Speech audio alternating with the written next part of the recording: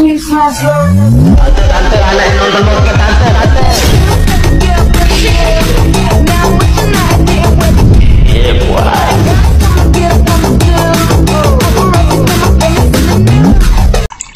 Hai, kenalin, nama gue Bianca. Zodiak gue itu nggak usah lah ya, ntar malah ribet. Oh iya, saat ini usia gue 24 tahun dan kerja di salah satu kantor di Jakarta. Gue mau cerita tentang gimana toksiknya orang-orang di kantor gue yang berimbas ke gue, bikin gue nyaris dipecat. Gas lah, langsung cerita aja ya. Jadi di kantor gue ini terbagi jadi 4 divisi, di mana masing-masing divisi itu punya wilayah teritorialnya sendiri. Katakanlah terbagi jadi 4 ruangan gitu. Jadi ada 1 sampai 4 ruangan. Di ruangan 1 isinya senior-senior gue yang udah lebih tua. Dan di ruangan 4 itu isinya anak-anak muda semua. Nah, semua teman-teman gue itu kumpulnya di ruang 4.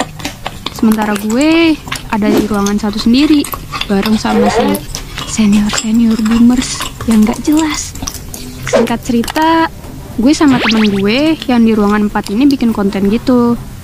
Awalnya sih gue kira cuma buat seru-seruan aja, tapi ternyata itu buat akun official kantor gue. Ya, gue gak ada masalah juga sih, fine-fine aja gitu. Sampai suatu hari, tiba-tiba ada salah satu temen di ruangan 1 itu nanya gue, "Kamu habis ngapain sama anak-anak ruang 4? Ya, gue jawab dong, "Bikin konten, Pak." Kenapa ya? Jadi ternyata, menurut rumor yang beredar, emang dari sebelum gue masuk, anak-anak ruangan 4 ini gak akur sama ruangan yang lain. Bahkan, parahnya lagi, sebetulnya tiap ruangan itu gak akur. Tapi orang-orang dari ruangan 1 sampai 3 entah kenapa kayak bersatu gitu buat ngehead orang-orang di ruangan 4. Awalnya gue pikir itu bukan masalah besar, karena ya udahlah ya, nggak ada sangkut pautnya juga sama gue. Sampai akhirnya setelah buat konten itu, gue disindir-sindir terus sama 2 mbak-mbak dari ruangan gue sendiri. Sebut aja nama mereka, Tina dan Wati. Mereka kayaknya emang gak seneng gitu deh sama gue. Padahal gue gak ngapa-ngapain. Sampai-sampai gue dibilang caper lah, genit lah, pick me lah, dan jadi terkesan gak mau main sama mereka. Padahal cuma perkara ngonten bareng sama anak-anak di ruangan 4 itu. Terus karena bos ruangan 4 ini tahu kalau gue udah sering disindir sama Lina dan Wati, akhirnya bos ruangan 4, sebut aja Mas Reno, ngadulah ke CEO gue. Mas Reno kayak gak suka gitu kalau gue disindir. Ya, ngebela gue gitu lah.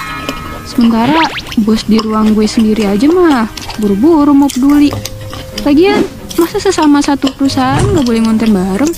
Kan kontennya juga buat naikin perusahaan ini.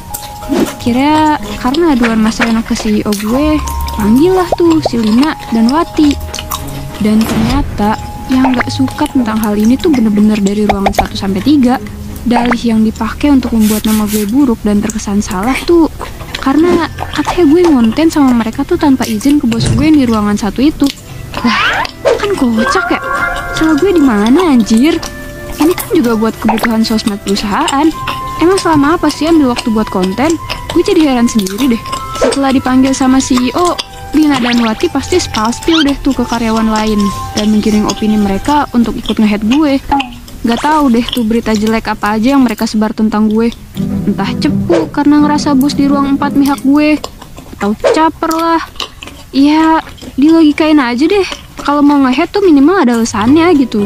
Nah, ini kan gak berdasar sama sekali. Setelah Lina dan Wati dipanggil CEO, berikutnya giliran gue yang dipanggil sama HRD. Dan dia melontarkan pertanyaan yang sama kayak bos gue yang di ruangan 1 itu, yaitu, "Kenapa kamu ngonten sama anak-anak ruang 4? Jir, selevel HRD nanyanya beginian. Terus ya udah dong, gue ceritain lah tuh ke HRD-nya. Bilang kalau ya emang seru aja ngonten sama mereka buat have fun. Lagian juga itu kan buat konten resmi yang artinya untuk kepentingan perusahaan juga. Tapi ternyata HRD-nya juga nggak netral dan mihak sama persatuan kubu ruang 1 sampai 3 itu. Di sini gue ngerasa kayak salah gue apa woy? Bener-bener kecewa sejadi-jadinya. Berasa nggak profesional banget. Kalau kayak gini kan, ya makin kuat lah tuh power mereka. Aduh, capek banget deh gue. Kira hari-hari gue jalanin seperti biasa, dengan banyak mengeluh dan pesimis menjalani kehidupan. Sampai nggak kerasa udah seminggu setelah kejadian konyol itu. Dan timbullah masalah baru. Kali ini sebabnya karena gue dan kawan-kawan ruang 4 yang perempuan itu main sama ex-karyawan yang udah resign. Gue cuma makan siang bareng sama dia. Cuma makan siang. Dan tiba-tiba gue dipanggil lagi tuh sama bos gue yang di ruangan 1 itu. Ditanya, abis dari mana dan kenapa pergi sama dia? Ya itu kan hak gue dong. Tuh nggak aneh-aneh. Sumpah gue gak ngerti lagi ini tuh lingkungannya kenapa bisa sebusuk ini. Bisa gue simpulin, kayaknya emang dia tuh gak suka gitu kalau gue pergi main sama ex-karyawan kantor gue. Padahal menurut gue itu sebetulnya masalah personal. Toh kalau bos gue atau karyawan lainnya punya masalah sama ex-karyawan, ya itu kan urusan mereka, bukan urusan gue. Personal mah personal aja. Gue capek dibawa-bawa mulu. Anehnya lagi, bos gue ini berdalih katanya karena gue keluar sama ex-karyawan itu, gue jadi datang telat. Padahal banyak juga yang lebih telat dari gue, anjir. Tapi mereka aman-aman aja tuh, gak dipanggil sama sekali sama dia. Kan kesannya kayak emang bos gue ini cuma nyari-nyari kesalahan gue doang. Akhirnya karena gue penasaran, gue tanya tuh, emang kenapa pak kalau saya keluar pergi makan bareng sama Kak Dini si ex-karyawan? Terus bos gue cuma diem dan malah nanya balik, kamu udah dipanggil HRD? Ya gue bingung lah di situ. Kenapa jadi bawa-bawa HRD? Emang masalahnya besar ya pak? Kalau boleh tahu, saya salah di mana?